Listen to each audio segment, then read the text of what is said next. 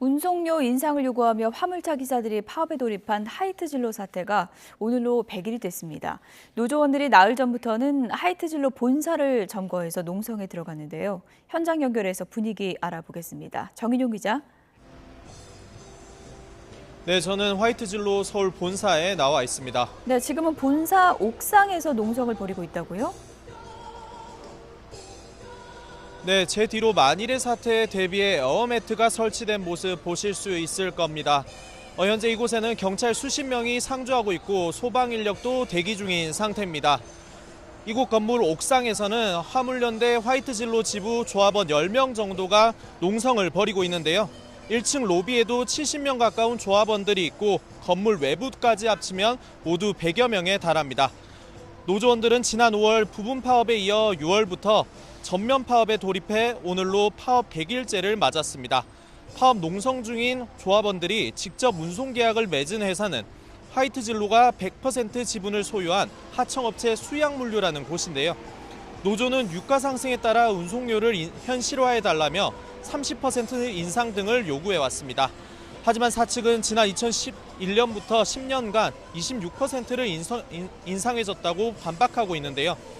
노조는 수양물류와 이미 10차례 넘게 협상을 진행하고도 이견을 좁히지 못하자 원청인 화이트 진로에 와서 직접 해결을 촉구하고 있는 겁니다.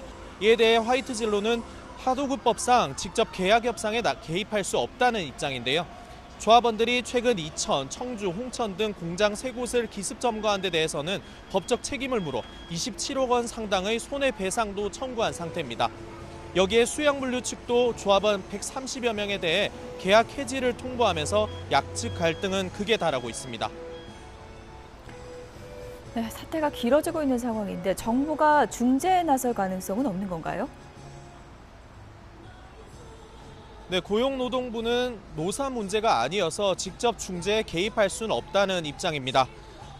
우선 화물연대가 노조 신고를 하지 않고 민주노총 공공노조에 가입해 정부에서 인정하는 공식 노조가 아니라고 규정했습니다. 또 조합원인 화물차 기사들은 법에서 자영업자로 분류되는 특수고용직이란 점도 지적했습니다. 개별적으로 운송회사와 서로 계약을 맺고 일하기 때문에 노조법에 따라 보호하는 쟁의행위가 아니라는 겁니다. 하지만 특수고용직이 최대 200만 명이 넘는다는 통계도 있는 만큼 정부가 적극적으로 나서서 노동시장의 변화에 따른 제도 공백을 최소화해야 한다는 지적도 나옵니다.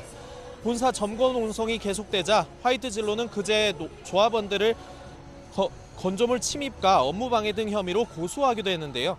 사태가 장기화할 경우 경찰이 강제 해산에 나설 가능성도 점쳐지고 있어 물리적 충돌에 대한 우려도 고조되고 있습니다.